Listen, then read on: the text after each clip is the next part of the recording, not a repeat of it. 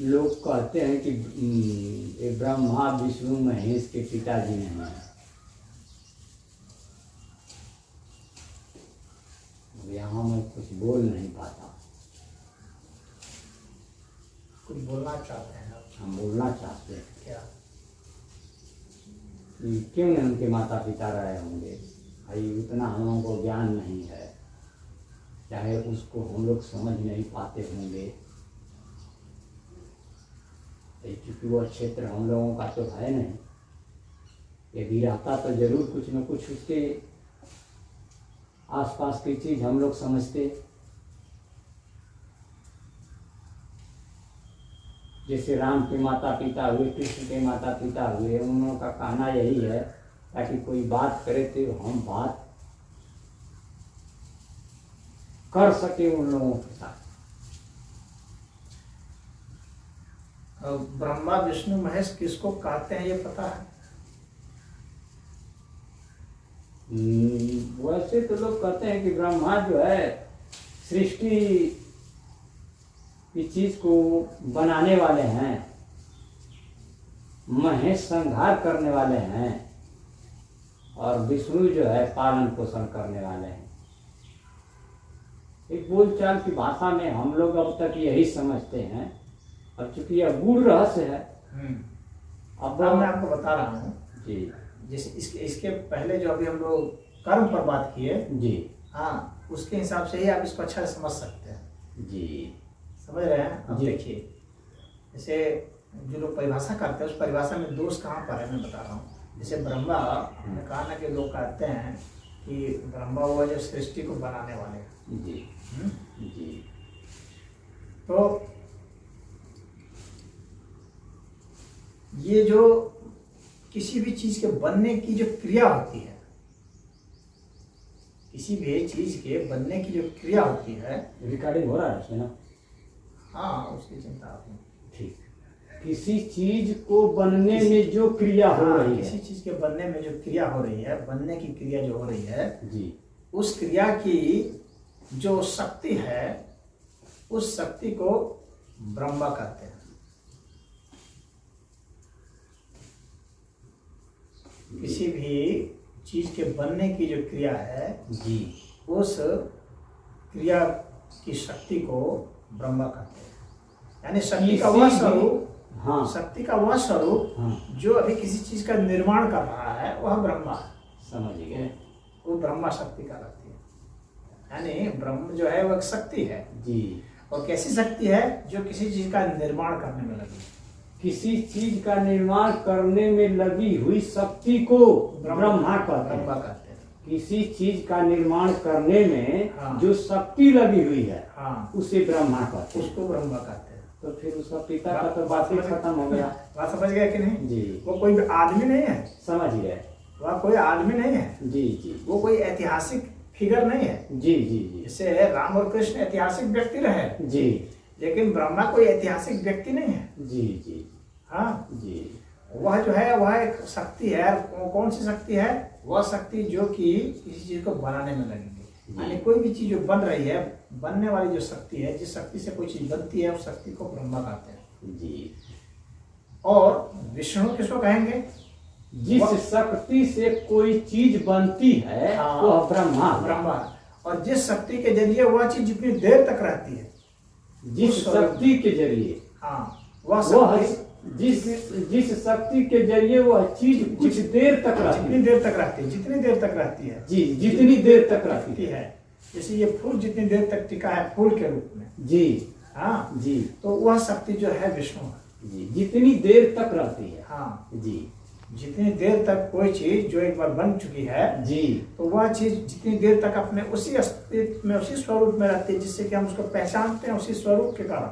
जी, उसके स्वरूप के कारण पहचानते हैं। हाँ, जितना, तो उतने तक जो है उस शक्ति को हम विष्णु शक्ति कहते हैं। जी, समझ में आ गया। समझ गए? जी। और उसके बाद जब उस शक्ति का जब फिर वो कोई चीज टूटती है, विध्वंस हो जाती है, जी, उसका रूप स्वरूप विखंडित हो जाता है, बदल जाता है, वही वह शंकर। महेश, ब्रह्मा विष्णु महेश हो गया। जी। वह विखंडित होने वाली शक्ति है। जी। हाँ, यानी वो जो शक्ति इसको विखंडित कर रही है। जी। हाँ, वह विष्णु है। वह नहीं, वह शंकर महेश हो गया। जी। हाँ जी। और जो उसको बरकरार रखे हुए है वो विष्णु हो विष्णु हो गया। गया। और जो बनाने वाली है वो ब्रह्मा हो गया। ब्रह्मा। हाँ, बनाने वाली शक्ति बस वही थी। जी।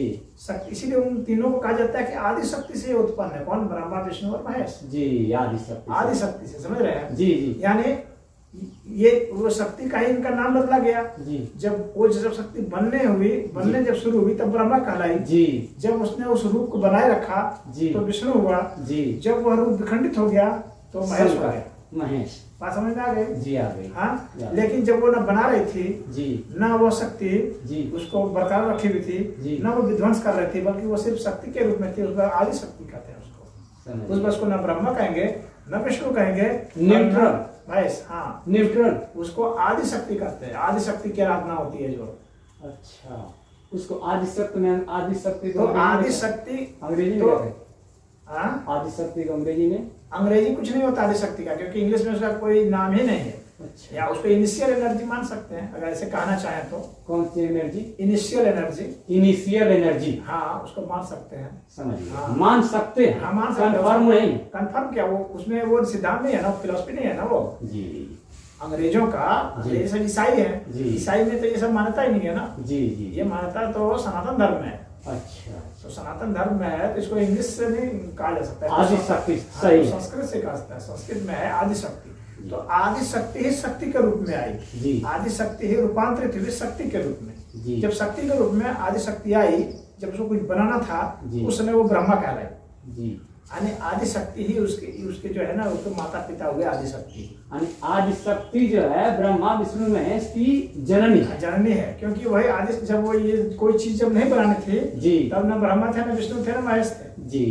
बात समझ लीजिए। जी। जब कोई चीज को नहीं बनानी थी उसमें ब्रह्मा विष्णु महेश नहीं थे। जी। हाँ, उसमें आदि शक्ति थी। जी। आदि शक्ति ने जब बनाने का सोचा, जी। आप समझ रहे हैं? जी, आदि शक्ति के द्वारा ही यह बना है। हाँ, जिस पीरियड में बनने को हो रहा था उसमें वो तब ब्रह्मा का नाम दे दिया जब ये गया। पूरा रूप धारण कर लिया और ब्रह्मा कुछ की देर भूमिका समाप्त अस्तित्व हो में गई। रहा, जब ये बन गया पूरा ना, हाँ। ब्रह्मा की भूमिका समाप्त हो गई। अब समाप्त हो गई। अब आगे विष्णु की विष्णु भूमिका। की भूमिका आ गई। उसके जब बाद विष्णु है। हाँ, तो उसके बाद से जो शक्ति रही ना उसको विष्णु कहते हैं। जी। जिसने इसको धारण किया हुआ था, जी। जो अब तक ये खाना खा रहा था, बढ़ रहा था, फल रहा था, फूल रहा था, तो वो विष्णु था। और जब नष्ट हो गया वही शक्ति, वही शक्ति जब फिर उसका जब विनाश शुरू हुआ तब ये वही विष्णु शंकर। शक्ति जो है महेश की शक्ति हो गई। समझ में आ गए? ये है ब्रह्मा, ये है विष्णु, ये है महेश, और उसके पहले आदि शक्ति। और ये विखंडित हो गया तो उसके बाद पुनः जो है वो आदि शक्ति हो गई। तो कुल मिला जुला करके मेरे कहने का तात्पर्य यह है कि जब हम बन रहे थे, हाँ, हमारी बनने की जब तैयारी हो रही थी, आदि शक्ति के द्वारा हमको बनने की तैयारी हो रही थी, तो उस समय ब्रह्मा की, हाँ, ब्रह्मा जी का रोल था। हाँ, वही शक्ति ब्रह्म का रूप धारण की। वही शक्ति ब्रह्म का रूप धारण की। हाँ, और जब तक हम 50-60 वर्ष तक जीवित दिखाई दे रहे हैं, जब तक जीवित हैं तब तो तक वही शक्ति जो है विष्णु का रूप है। हाँ, वही विष्णु है। और एक दिन वो दिन आएगा कि हम विखंडित हो जाएंगे, इस दुनिया से चले जाएंगे। हाँ, वह शक्ति वही है, हाँ। लेकिन उसको हम शंकर कहेंगे। हाँ, यानी शक्ति का नाम है। हाँ, शक्ति का अलग अलग समय बदल जाता है ना। हाँ। शक्ति अलग अलग कर्म के हिसाब से, जी। अलग अलग रूप धारण करने के हिसाब से उसका नामकरण किया गया है यहाँ जी। पर। जी। जैसे कि जैसे हम जो बोल रहे हैं इसको वाक शक्ति कहा जाता है। जी। जो बोल रहे हैं जी। इसको वाक शक्ति, सरस्वती की बात की जाती है। जी। जब हम लोग जो है अच्छी भाषा का प्रयोग कर रहे हैं, जब संगीत का प्रयोग कर रहे हैं, जब प्रवचन कर रहे हैं, जी। हाँ, जी। तो ये वाणी जो है ना, जी। ये सरस्वती का कहा जाता है विषय। जी। चिंतन जो है, जी। विचार जो है, श्रेष्ठ विचार, श्रेष्ठ कला जो हम लोग बना रहे हैं, जी। वो सब जो है सरस्वती, वो शक्ति सरस्वती की मानी जाती है। जी। यानी वह आदि शक्ति जब ये सब करने लगी तो उसको सरस्वती कहेंगे। जी। बात समझ में आ रही है? जी। हाँ, यानी शक्तियों का शक्ति है आदि शक्ति। हाँ, सारे शक्ति, ब्रह्मांड में बहुत शक्तियां हैं। हाँ, हम लोग भी शक्ति हैं। उन सबका स्रोत जो है आदि शक्ति कहलाती है। आदि शक्ति। उनको आदि का मतलब हो गया जो शुरू से ही है। अच्छा, आदि का मतलब जो शुरू से है। से ही है। जी। हाँ, तो एक बात तो यानी कहने का मतलब कि इस ब्रह्मांड को चलाने के लिए कोई न कोई शक्ति है। जो ब्रह्मांड को चला रही है, उसी को हम आदि शक्ति कह दें। उसी को आदि शक्ति कह दे का वही है ही हाँ, आदि शक्ति। वही है जी, समझ गए। वही आदि शक्ति है। हाँ, अब इसके बाद फिर बात करते हैं कि उस आदि शक्ति में वह प्रेरणा कैसे हुई किसी चीज का निर्माण किया जाए। जी अब बात इसकी आती है। जी तो वह जो प्रेरणा हुई ना, जी। उसी को परब्रह्म कहा जाता है। परब्रह्म से वो परम चेतना से हुई। तो ब्रह्म चेतना के माध्यम से ही आदि शक्ति जो है वो ब्रह्म का रूप धारण करती है, विष्णु का रूप धारण करती है और महेश का रूप धारण करती है। और परब्रह्म है वह अनंत है, वो शक्ति से भी परे है, उसी को शिव कहा जाता है। अच्छा, हाँ आदि शक्ति से भी ऊपर हाँ शक्ति है। हाँ, वो शक्ति नहीं है, उसको कहेंगे वो शक्ति के तहत नहीं आएगा, अच्छा वो चेतना के तहत आएगा। अच्छा, चेतना के वो तहत। शक्ति के तहत नहीं। शक्ति का मतलब वह चीज जो कि कार्य करती है, अच्छा वह फोर्स जो कोई कार्य करती है उसको शक्ति कहते हैं। जी, हाँ शक्ति कहें चाहे आदि शक्ति कहें। हाँ, वही आदि शक्ति जी, समझ गए। जो शक्ति के तहत आ जाएगा। जी जी समझ गए। जी। और चेतना एक अलग हो गया। चेतना जो है ना वो कार्य नहीं करती है। अच्छा, चेतना कार्य नहीं करती। नहीं। चेतना को परब्रह्म कहते हैं। हाँ, चेतना को कार्य नहीं करना है। जी, चेतना को क्या करना है, शक्ति को बस उसको, उसका मतलब कार्य क्या है, उसके स्फुरण से ही, जी, उसके स्फुरण से ही जो है वो शक्ति कार्य के लिए प्रेरित होती है। यानी चेतना जी। और शक्ति के संयोग से ही कुछ घटना घटती है। कहने का अच्छा, मतलब यह। चेतना और शक्ति के संयोग से ही कुछ घटना घटती है। कुछ चीज- घटना घटती है, हाँ, चाहे कोई घटना कोई घटे। भी घटना जो घटती है वो शक्ति और चेतना के चेतना से। के संयोग से। हाँ, तो वह चेतना कौन, परम चेतना। परम चेतना। और हम लोग में भी चेतना होती है। जी। हर चीज में चेतना है, इस फूल में भी चेतना है, जी, तो सब में चेतना है। जी। लेकिन परम चेतना जो है ना उसका एक छोटा सा स्वरूप है यहाँ। समझ गए। परम परम चेतना मतलब कि एक तरह से बहुत बड़ियार चेतना को परम चेतना कहेंगे। हाँ। असंख्य चेतनाओं को। चेतना में क्या है ना, चेतना में क्या होता है, चेतना और शक्ति में क्या अंतर होता है ये बताते हैं। शक्ति को आप पदार्थ में बदल सकते हैं। अच्छा, शक्ति को पदार्थ में बदल देंगे। उसी तरह से पदार्थ को भी शक्ति में बदला जाता है। अच्छा, जब शक्ति पदार्थ में बदला जाएगी तो पदार्थ शक्ति में बदला जाएगा। पदार्थ भी शक्ति में बदल जाता है। जैसे ये टूट गया, बिखर गया, जी मिल गया, तो ये शक्ति में बदल जाता जी। है। जैसे ध्वनि ऊर्जा जो है वो प्रकाश ऊर्जा में बदल जाएगी। जी प्रकाश ऊर्जा जो है वो उष्मा ऊर्जा में बदल सकती है। जी हाँ, जी। वो जो है विद्युत ऊर्जा में बदल सकती है। जी। इस तरह से ऊर्जाएं एक दूसरे में बदल सकती हैं। जी ऊर्जा से जो है हम पदार्थ भी बना सकते हैं जी और पदार्थ को हम तोड़ करके ऊर्जा में भी बदल सकते हैं। जी समझ रहे हैं। जी जी। लेकिन हम चेतना नहीं बना सकते नहीं। और न चेतना को बदल सकते हैं। जी, समझ रहे हैं। चेतना का आकार नहीं होता है। निराकार होती है। हाँ, चेतना जो निराकार तत्व है। अच्छा, और बाकी ये शक्ति वाले जितने कुछ भी है ना, ये आकार सब वाले। आकार वाले। शक्ति वाले आकार वाले। हाँ, शक्ति और पदार्थ ये दोनों ही आकार वाले हैं। जी। पदार्थ स्थूल आकार है जी। जिसको हमारी इंद्रियां देख लेती हैं, जी, और शक्ति सूक्ष्म आकार है, उसको हमारी इंद्रियां नहीं देख पाती। उसको हमारी इंद्रियां ऐसे मतलब उस तरह से नहीं देख सकती है जी जी। वास्तव में। यानी वो ज्ञान के द्वारा देखा जाएगा, हाँ अंतर ध्यान के द्वारा हाँ उस शक्ति को, हाँ, उस शक्ति को, चाहे आदि शक्ति कहें। हाँ, आदि शक्ति को। और जिसको विज्ञान अभी शक्ति कहता है ना, ये आदि शक्ति नहीं है। विज्ञान जिसको शक्ति कहता है, जैसे प्रकाश का उदाहरण हुआ, ये सब जो है जी। ये आदि शक्ति नहीं है, ये शक्ति है। जी, विज्ञान बस शक्ति की ही बात करता विज्ञान है। अभी मैंने अभी शक्ति की बात की है, अभी आदि शक्ति विज्ञान को पता नहीं है। जी तो ये जो शक्ति है, जी ये शक्ति क्या है, ये सूक्ष्म जो है पदार्थ है। शक्ति जो सूक्ष्म पदार्थ है। हाँ, जिसको विज्ञान अभी शक्ति मानता है, जी, वह सूक्ष्म पदार्थ है, सूक्ष्म पदार्थ है जिसको विज्ञान मानता मान है। रहा है। लेकिन वह जो सूक्ष्म पदार्थ है जिसको शक्ति कह रहे हैं, जी तो उसका जो स्रोत है जी वह जहाँ से आया है जी वह आदि शक्ति है। उसकी विज्ञान ने अभी खोज नहीं की है। जी तो उनका जो स्रोत है उसको संतों ने आदि शक्ति कहा है। जी परंतु आदि शक्ति का रूप धारण करके पदार्थ का उत्पन्न कर देती है जब, जी। तो वह किसकी प्रेरणा से होता है, तो वह चेतना की, परम चेतना की प्रेरणा से होता है। चेतना, परम चेतना बड़ा है और चेतना छोटा है। चेतना छोटा, चेतना तो एक एक चीज में है, जैसे हमारे में इसमें आपके सब में है। जी। लेकिन परम चेतना ऊपर ब्रह्म परमेश्वर के लिए कहा जाता है परम चेतना, जी। जिसमें पूरा अस्तित्व शामिल हो जाएगा। परम चेतना मतलब पूरा अस्तित्व की जो पर चेतना, ब्रह्म का मतलब कि पूरा ब्रह्मांड ब्रह्म से परे। ब्रह्म से परे। हाँ, पर ब्रह्म मतलब ब्रह्म से परे। जी। तो वो परम चेतना उसको कहा जाता है। जी। पूरे अस्तित्व की चेतना समझ लीजिए, पूरे अस्तित्व समझ की गए। चेतना को परम चेतना कहेंगे। संपूर्ण अस्तित्व की चेतना को पर ब्रह्म कहें चाहे परम चेतना कहें, परम चेतना कहेंगे।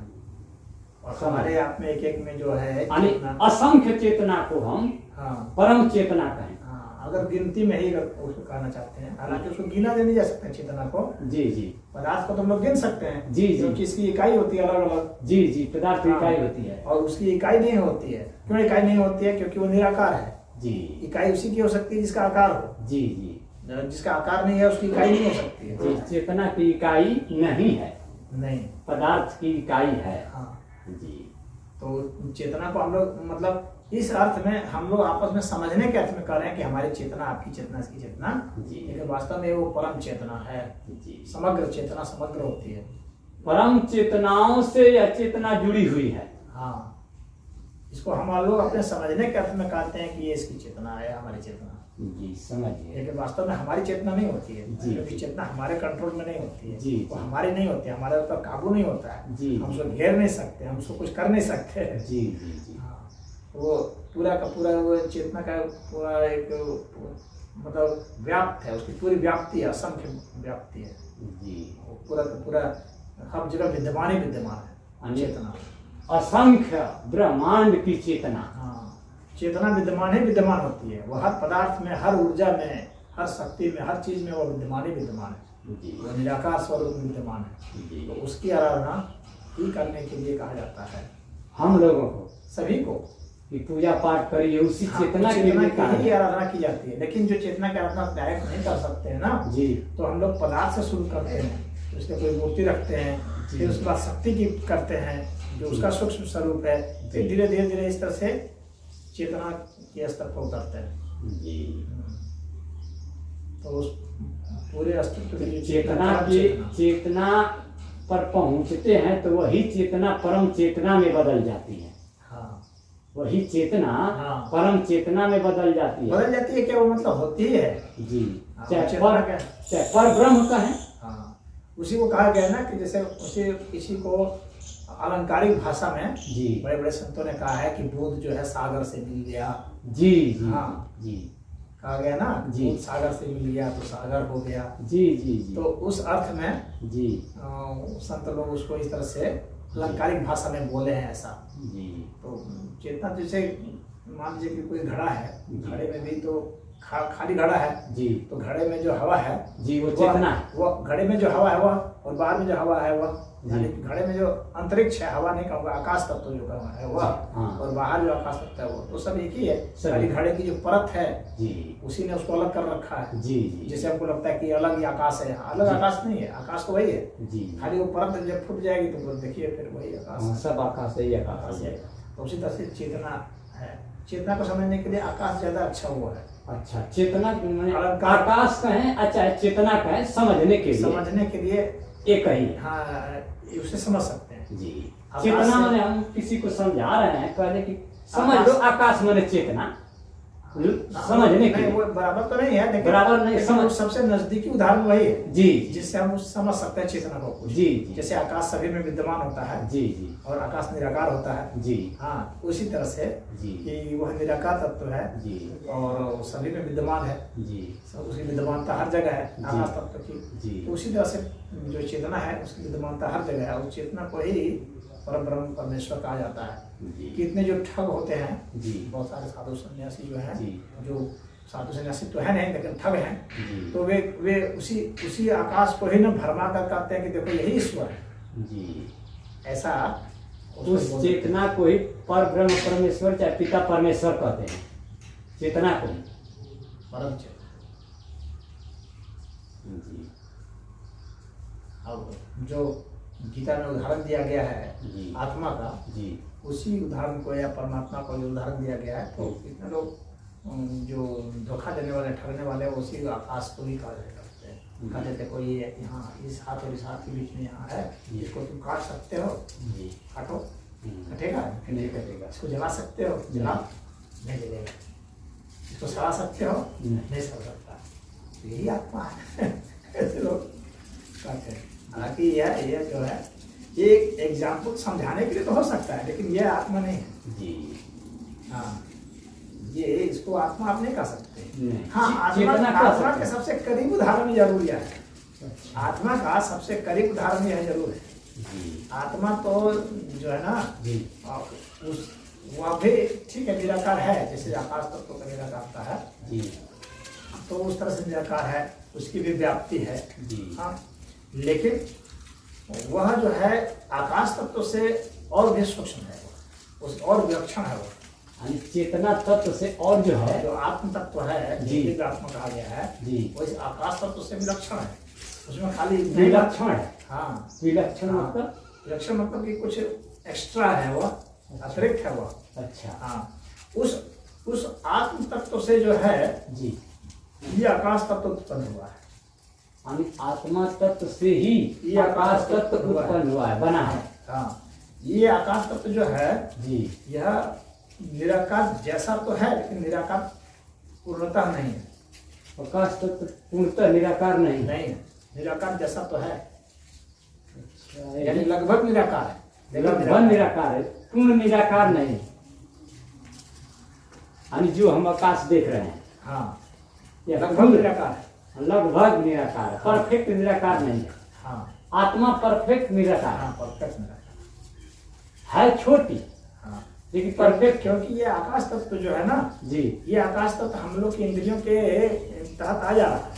हाँ, समझ गए। बात समझ रहे हैं? हाँ, ये हम लोग की इंद्रियों के तहत आ जा रहा है, आ जाए, इसको देख रहे हैं। इसका कांसेप्ट आ रहा है। हाँ, हाँ, लेकिन और जो आत्मा तत्व है हाँ, उसको हम देख नहीं पा रहे हैं। तो ये लगभग निराकार है, समझने के लिए बहुत अच्छा है उदाहरण। जी जी, समझने के लेकिन लिए। यह हुआ नहीं। जी हाँ, ये उससे उत्पन्न है।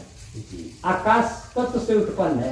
आकाश तत्व उससे आत्म तत्व से उत्पन्न है। अच्छा, आत्म तत्व से आकाश तत्व उत्पन्न है। हाँ, तो देखने में लग रहा है कि वो बड़ा है, हाँ, लेकिन हकीकत में आत्म तत्व बड़ा है हाँ, हल्का तो सूक्ष्म निराकार है और सूक्ष्म है। ये निराकार जैसा तो लगता है, लेकिन निराकार है। जी, हाँ, क्योंकि हम लोग इसका जो है एस्टिमेशन कर ले रहे हैं, इसकी हम लोग कल्पना कर ले रहे हैं, इसको हम लोग समझ ले रहे हैं। हाँ, उसको हम लोग समझ नहीं सकते इस तरह। जब समझ नहीं सकते तो हकीकत में बड़ा हुआ। हाँ, वो माइंड से हमारा सूक्ष्म है, जी इसलिए माइंड से हम नहीं समझ सकते। जी। हाँ, मस्तिष्क से हम आकाश तत्व को समझ ले रहे हैं जी, लेकिन मस्तिष्क से हम आत्म तत्व को नहीं समझ सकते। क्योंकि इसका भौतिक रूप भी दिखाई दे रहा है, तो भाई यह देखने में बड़ा लग रहा है, उसको नहीं देख रहे हैं तो समझते हैं कि वह छोटा है, लेकिन वो बड़ा है। हाँ, वो ये छोटा है। हाँ, वो विराट से विराट है। वो जी, आत्म तत्व जो है ना वो विराट से विराट विराट है। जी। तो विराट से विराट जब उसको कहा जाता है तब वो परमात्मा के अर्थ में समझा जाता है। अच्छा और जब सूक्ष्म से सूक्ष्म कहा जाता है तो दिव्य आत्मा के संदर्भ में कहा जाता है। अच्छा, दिव्य आत्मा हाँ, उसी चीज को कहते हैं। हाँ, उसकी जो आत्मा को हाँ, सूक्ष्म से सूक्ष्म रूप में हाँ, जब समझेंगे, चाहे कहेंगे, तो बात करेंगे, दिव्य आत्मा तो आत्म तत्व कहलाएगा। हाँ, दिव्य तत्व कहा जाता है किसी छोटे से छोटे के अर्थ में। जी। और उसी का जब विस्तार हम देखते हैं तो परमात्मा कहते हैं। परमात्मा। तो उसका विस्तार तो अनंत हो जाएगा। जी, अनंत हो जाएगा। परमात्मा का मतलब कि अनंत देख लेते हैं, हाँ, सूक्ष्मता में अनंत। सूक्ष्मता में अनंत हाँ, परमात्मा हाँ, कहलाता है। हाँ, और विराटता में अनंत जो है ना हम्म, वह परमेश्वर कहलाएगा। अच्छा, विराटता में अनंत परमेश्वर। हाँ, सूक्ष्मता में अनंत परमात्मा कहलाएगा। जी, हाँ, सूक्ष्मता में अनंत परमात्मा, हाँ, और विराटता में अनंत अनंत परमेश्वर। परमेश्वर, चाहे हाँ, चाहे परमात्मा नहीं परमेश्वर। हाँ, परमात्मा परमात्मा सूक्ष्मता में। परमेश्वर से बड़ा है। परमात्मा जो सूक्ष्मता में है। अच्छा, सूक्ष्मता परमात्मा में- सूक्ष्मता में है हाँ, और वह विराटता में है। और वह विराटता में। विराटता जैसे कि सूरज हो गया, चांद हो गया, ग्रह हो गए, नक्षत्र हो गए, सब ये बढ़ता जा रहा है ना। जी जी, ये विराट होता जा रहा है ना। विराट होता जा रहा तो ये बड़े अर्थ में विराट होता जा रहा है। है। जी जी तो यह भी अनंत है, इसको छोड़ नहीं पा सकते। जी जी जी, तो उसको जो है परमेश्वर कहा जाता है। परमेश्वर हम्म, और ये परमात्मा। हम्म, परमात्मा से विराटता में परमात्मा, सूक्ष्मता में परमात्मा। हाँ, सूक्ष्मता में परमात्मा, हाँ, और विराटता में परमेश्वर। परमेश्वर।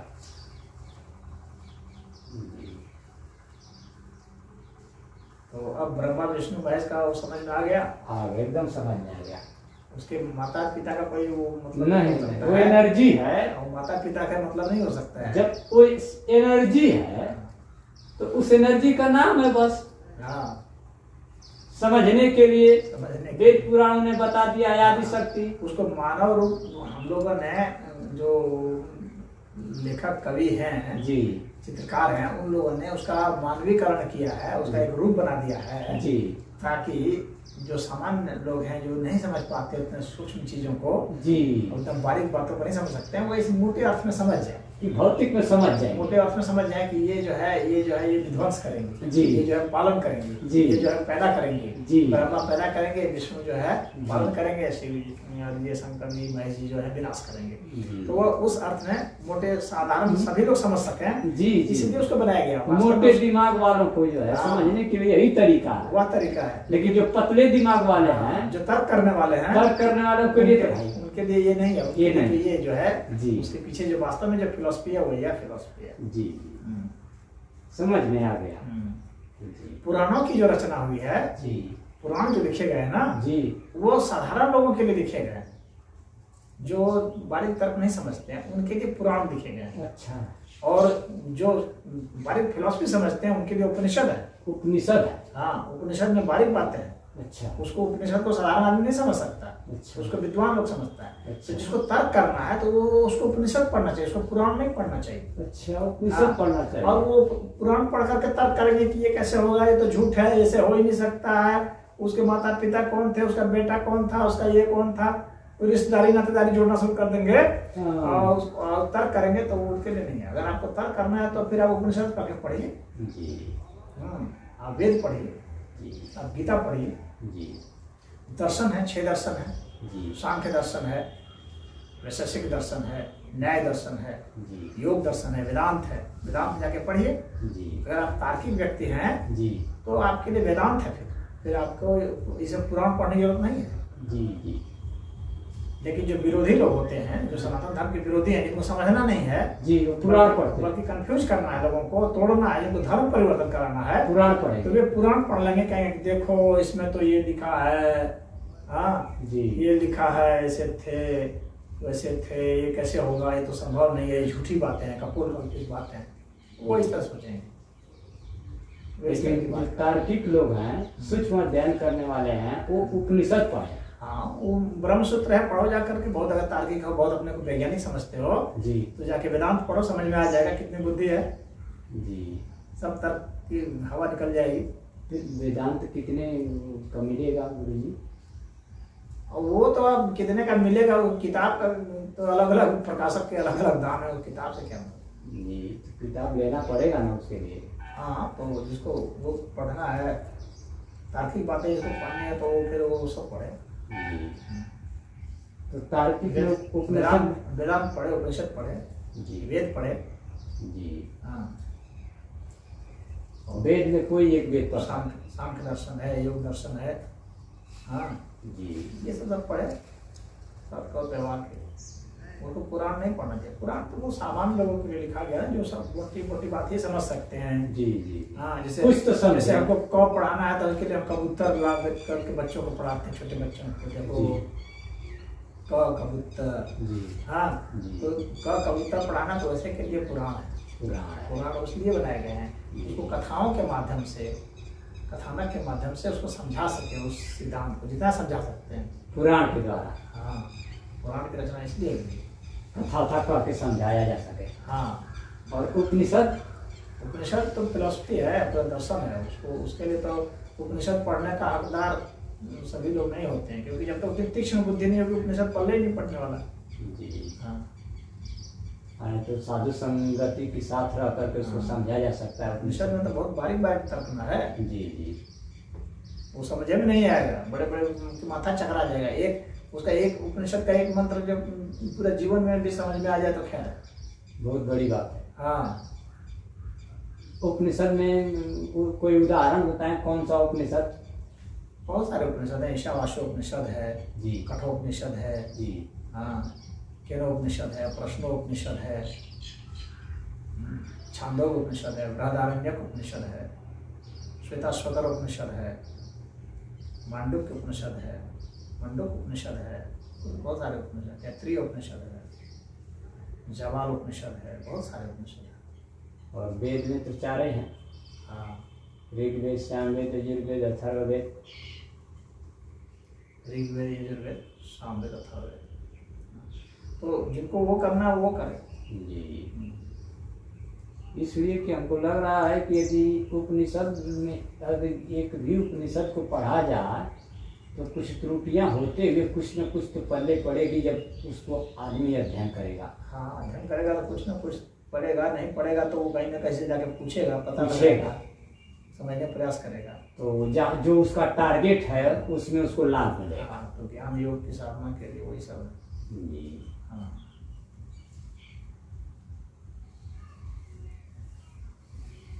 तो एक उपनिषद हमको अपने तरफ से ब्रह्मा विष्णु महेश सब स्पष्ट हो चुका है ना, स्पष्ट हो एकदम। और माता पिता समझ में आ गया ना।